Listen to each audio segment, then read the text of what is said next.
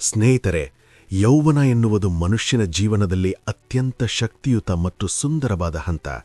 ಈ ಸಮಯದಲ್ಲಿ ಕನಸುಗಳು ದೊಡ್ಡದಾಗಿರುತ್ತವೆ, ಆಸೆಗಳು ಹೆಚ್ಚಾಗಿರುತ್ತವೆ ಮತ್ತು ಜಗತ್ತನ್ನೇ ಗೆಲ್ಲುವ ಧೈರ್ಯ ಮನಸ್ಸಿನಲ್ಲಿ ಉಂಟಾಗಿರುತ್ತದೆ.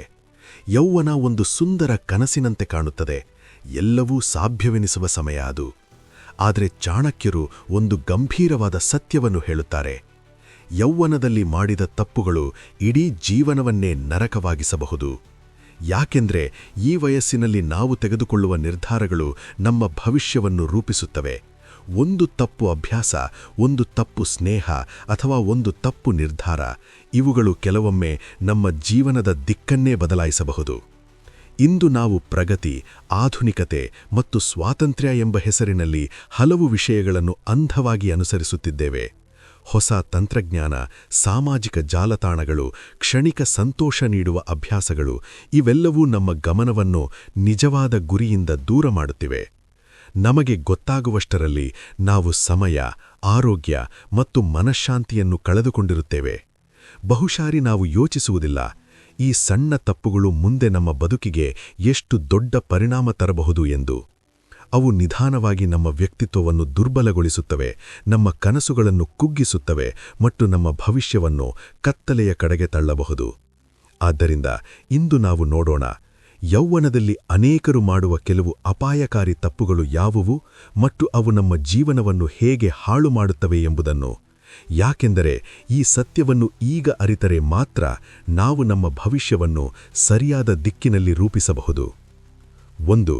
ಸಮಯದ ಬೆಲೆ ಗೊತ್ತಿಲ್ಲದ ಸ್ಕ್ರೋಲಿಂಗ್ ಬದುಕು. ಇವತ್ತು ಯುವಜನತೆಯ ದೊಡ್ಡ ಸಮಸ್ಯೆ ಎಂದರೆ ಸಮಯದ ಬೆಲೆ ಅರಿಯದ ಜೀವನ ಶೈಲಿ. ಬೆಳಗ್ಗೆ ಕಣ್ಣು ತೆರೆಯುತ್ತಿದ್ದಂತೆಯೇ ನಾವು ನಮ್ಮ ಗುರಿಗಳ ಬಗ್ಗೆ ಯೋಚಿಸುವುದಿಲ್ಲ, ಬದಲಾಗಿ ಮೊಬೈಲ್ ಹಿಡಿದು ಸಾಮಾಜಿಕ ಜಾಲತಾಣಗಳಲ್ಲಿ ಗಂಟೆಗಟ್ಟಲೆ ಸ್ಕ್ರೋಲ್ ಮಾಡುತ್ತೇವೆ.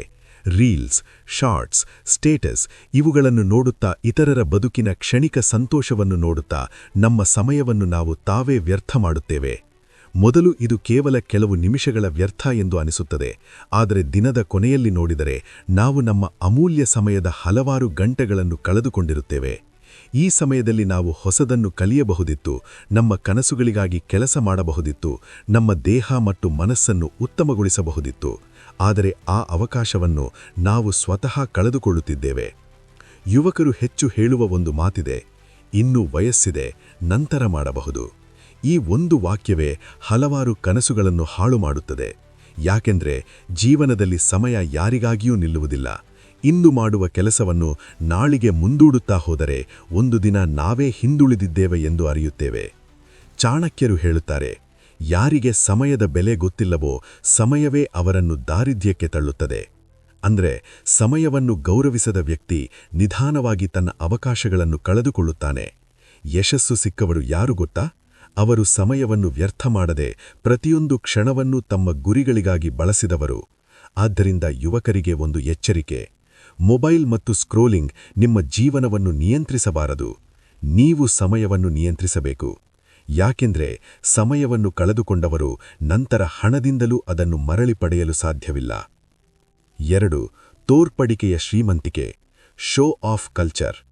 ಇಂದಿನ ಸಮಾಜದಲ್ಲಿ ನಿಧಾನವಾಗಿ ಬೆಳೆಯುತ್ತಿರುವ ಒಂದು ಅಪಾಯಕಾರಿ ಅಭ್ಯಾಸವೆಂದರೆ ತೋರ್ಪಡಿಕೆಯ ಜೀವನ. ಅಂದರೆ ನಮ್ಮ ಬಳಿ ನಿಜವಾಗಿ ಇಲ್ಲದ ಹಣವನ್ನು, ನಮ್ಮನ್ನು ನಿಜವಾಗಿ ಅರ್ಥಮಾಡಿಕೊಳ್ಳದ ಜನರ ಮುಂದೆ ನಾವು ದೊಡ್ಡವಳೆಂದು ತೋರಿಸಿಕೊಳ್ಳಲು ಖರ್ಚು ಮಾಡುವುದು. ಸಾಮಾಜಿಕ ಜಾಲತಾಣಗಳಲ್ಲಿ ಇತರರು ತೋರಿಸುವ ಐಶ್ವರ್ಯದ ಜೀವನವನ್ನು ನೋಡಿ ಅದೇ ರೀತಿಯಾಗಿ ಬದುಕಬೇಕು ಎಂಬ ಒತ್ತಡವನ್ನು ನಾವು ನಮ್ಮ ಮೇಲೆ ಹಾಕಿಕೊಳ್ಳುತ್ತೇವೆ. ಪಕ್ಕದ ಮನೆಯವರು ಹೊಸ ಕಾರು ಕೊಳ್ಳಿದರೆ ನಮಗೂ ಬೇಕು ಎಂದು ಅನಿಸುತ್ತದೆ. ಸ್ನೇಹಿತರು ದುಬಾರಿ ಫೋನ್ ಬಳಕೆ ಮಾಡುತ್ತಿದ್ದರೆ ನಮಗೂ ಅದೇ ಬೇಕು ಎಂದು ಮನಸ್ಸು ಹೇಳುತ್ತದೆ. ಈ ಹೋಲಿಕೆಯ ಮನೋಭಾವ ನಮ್ಮನ್ನು ನಿಧಾನವಾಗಿ ಸಾಲದ ಬಲೆಗೆ ತಳ್ಳುತ್ತದೆ. ನಾವು ನಮ್ಮ ಸಾಮರ್ಥ್ಯವನ್ನು ಮರೆತು ಕೇವಲ ಇತರರಿಗೆ ತೋರಿಸಲು ದುಬಾರಿ ವಸ್ತುಗಳನ್ನು ಖರೀದಿಸುತ್ತೇವೆ. ಆದರೆ ಸತ್ಯವೇನೆಂದರೆ ತೋರ್ಪಡಿಕೆಯ ಸಂತೋಷ ಕೆಲವೇ ಕ್ಷಣಗಳದ್ದು, ಆದರೆ ಅದರ ಬೆಲೆ ಹಲವಾರು ವರ್ಷಗಳ ಕಷ್ಟವಾಗಬಹುದು. ಸಾಲ ಮಾಡಿ ಖರೀದಿಸಿದ ಐಶ್ವರ್ಯದ ವಸ್ತುಗಳು ಹೊರಗೆ ಗೌರವ ತಂದಂತೆ ಕಾಣಬಹುದು, ಆದರೆ ಒಳಗೆ ಅದು ಮನಃಶಾಂತಿಯನ್ನು ಕಳಿಸುತ್ತದೆ. ಚಾಣಕ್ಯರು ಎಚ್ಚರಿಸುತ್ತಾರೆ, ಯಾರು ತನ್ನ ಆದಾಯಕ್ಕಿಂತ ಹೆಚ್ಚು ಖರ್ಚು ಮಾಡುತ್ತಾನೋ ಅವನು ಶೀಘ್ರದಲ್ಲಿ ನಾಶವಾಗುತ್ತಾನೆ. ಅಂದ್ರೆ ಆದಾಯಕ್ಕಿಂತ ಹೆಚ್ಚು ಖರ್ಚು ಮಾಡುವ ಅಭ್ಯಾಸ ನಿಧಾನವಾಗಿ ಮನುಷ್ಯನ ಆರ್ಥಿಕ ಸ್ಥಿತಿಯನ್ನು ದುರ್ಬಲಗೊಳಿಸುತ್ತದೆ. ಮೊದಲಿಗೆ ಅದು ಸಣ್ಣ ಸಾಲವಾಗಿರಬಹುದು, ಆದರೆ ನಂತರ ಅದು ದೊಡ್ಡ ಹೊರೆಯಾಗಿ ಜೀವನದ ನೆಮ್ಮದಿಯನ್ನು ಕಸಿದುಕೊಳ್ಳುತ್ತದೆ. ಆದ್ದರಿಂದ ನಾವು ಒಂದು ಸತ್ಯವನ್ನು ನೆನಪಿಟ್ಟುಕೊಳ್ಳಬೇಕು. ನಿಜವಾದ ಶ್ರೀಮಂತಿಕೆ ತೋರ್ಪಡಿಕೆಯಲ್ಲಿಲ್ಲ, ವಿವೇಕದಲ್ಲಿದೆ. ನಾವಿಂದು ಮಾಡುತ್ತಿರುವ ಅನಗತ್ಯ ಖರ್ಚುಗಳು ನಮ್ಮ ನಾಳಿನ ಭದ್ರತೆ ಮತ್ತು ನೆಮ್ಮದಿಯನ್ನು ಕಸಿದುಕೊಳ್ಳಬಾರದು. ಹಣವನ್ನು ತೋರಿಸಲು ಅಲ್ಲ, ನಮ್ಮ ಭವಿಷ್ಯವನ್ನು ಕಟ್ಟಲು ಬಳಸಬೇಕು. 3. ಕಲಿಕೆಯನ್ನು ನಿಲ್ಲಿಸುವುದು. End of learning. ಯೌವನದಲ್ಲಿ ಅನೇಕರು ಮಾಡುವ ಮತ್ತೊಂದು ದೊಡ್ಡ ತಪ್ಪು ಎಂದರೆ ಕಲಿಕೆಯನ್ನು ಮಧ್ಯದಲ್ಲೇ ನಿಲ್ಲಿಸುವುದು. ಕಾಲೇಜ್ ಅಥವಾ ಡಿಗ್ರಿ ಮುಗಿದ ತಕ್ಷಣ ಬಹಳವರಿಗೆ ಒಂದು ಭ್ರಮೆ ಉಂಟಾಗುತ್ತದೆ, ಇನ್ನು ನನಗೆ ಎಲ್ಲವೂ ಗೊತ್ತು ಎಂಬ ಅಹಂಕಾರ.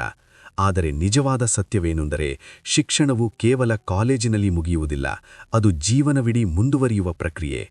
ಈ ಜಗತ್ತು ಪ್ರತಿದಿನವೂ ಬದಲಾಗುತ್ತಿದೆ. ಹೊಸ ತಂತ್ರಜ್ಞಾನಗಳು, ಹೊಸ ಕೌಶಲ್ಯಗಳು ಮತ್ತು ಹೊಸ ಅವಕಾಶಗಳು ಪ್ರತಿದಿನ ಹುಟ್ಟುತ್ತಿವೆ. ಈ ಬದಲಾವಣೆಯೊಂದಿಗೆ ನಾವು ಕೂಡ ಕಲಿಯುತ್ತಾ ಮುಂದುವರೆದಿದ್ದರೆ ನಿಧಾನವಾಗಿ ನಾವು ಹಿಂದುಳಿಯುತ್ತೇವೆ. ಇಂದು ಯಶಸ್ವಿಯಾದವರು ಯಾರು ಗೊತ್ತಾ? ಅವರು ತಮ್ಮ ವಿದ್ಯಾಭ್ಯಾಸ ಮುಗಿದ ನಂತರವೂ ಕಲಿಯುವುದನ್ನು ನಿಲ್ಲಿಸದವರು. ಬಹಳ ಬಾರಿ ನಾವು ನಮ್ಮ ಸಮಯವನ್ನು ಮನೋರಂಜನೆ ಮತ್ತು ಕ್ಷಣಿಕ ಮೋಜಿನಲ್ಲಿ ಕಳೆಯುತ್ತೇವೆ. ಗಂಟೆಗಟ್ಟಲೆ ವಿಡಿಯೋಗಳು, ಆಟಗಳು ಅಥವಾ ನಿರರ್ಥಕ ಚರ್ಚೆಗಳು, ಇವುಗಳಲ್ಲಿ ಸಮಯ ಕಳೆಯುವುದು ಸುಲಭವಾಗಿರಬಹುದು, ಆದರೆ ಅವು ನಮ್ಮ ಭವಿಷ್ಯವನ್ನು ಕಟ್ಟುವುದಿಲ್ಲ. ಒಂದು ಸತ್ಯವನ್ನು ಗಮನಿಸಿ, ಬಡ ಮನೋಭಾವದವರು ಸದಾ ಮನೋರಂಜನೆಯ ಹಿಂದೆ ಓಡುತ್ತಾರೆ, ಆದರೆ ಬುದ್ಧಿವಂತರು ಜ್ಞಾನದ ಹಿಂದೆ ಓಡುತ್ತಾರೆ. ಯಾಕೆಂದರೆ ಜ್ಞಾನವೇ ಮನುಷ್ಯನಿಗೆ ನಿಜವಾದ ಶಕ್ತಿ ನೀಡುತ್ತದೆ. ನೀವು ನಿಮ್ಮ ಮೆದುಳಿನಲ್ಲಿ ಮಾಡಿದ ಹೂಡಿಕೆ, ಅಂದರೆ ಕಲಿತ ಜ್ಞಾನ ಮತ್ತು ಕೌಶಲ್ಯ, ಜೀವನವಿಡೀ ನಿಮಗೆ ಲಾಭ ತರುತ್ತದೆ. ಹಣ ಕಳೆದು ಹೋದರೂ ಅದು ಮತ್ತೆ ಬರಬಹುದು, ಆದರೆ ಜ್ಞಾನ ಒಮ್ಮೆ ಬಂದರೆ ಅದು ನಿಮ್ಮ ಜೊತೆ ಸದಾ ಇರುತ್ತದೆ. ಆದ್ದರಿಂದ ನಾವು ಒಂದು ವಿಷಯವನ್ನು ಅರಿಯಬೇಕು.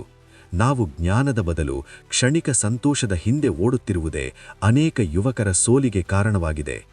ಯಾರು ನಿರಂತರವಾಗಿ ಕಲಿಯುತ್ತಾರೋ ಅವರ ಜೀವನವೇ ನಿರಂತರವಾಗಿ ಬೆಳೆಯುತ್ತದೆ. 4. ತಪ್ಪು ಸತ್ಸಂಗ ಮತ್ತು ಕೆಟ್ಟ ಹವಸಗಳು.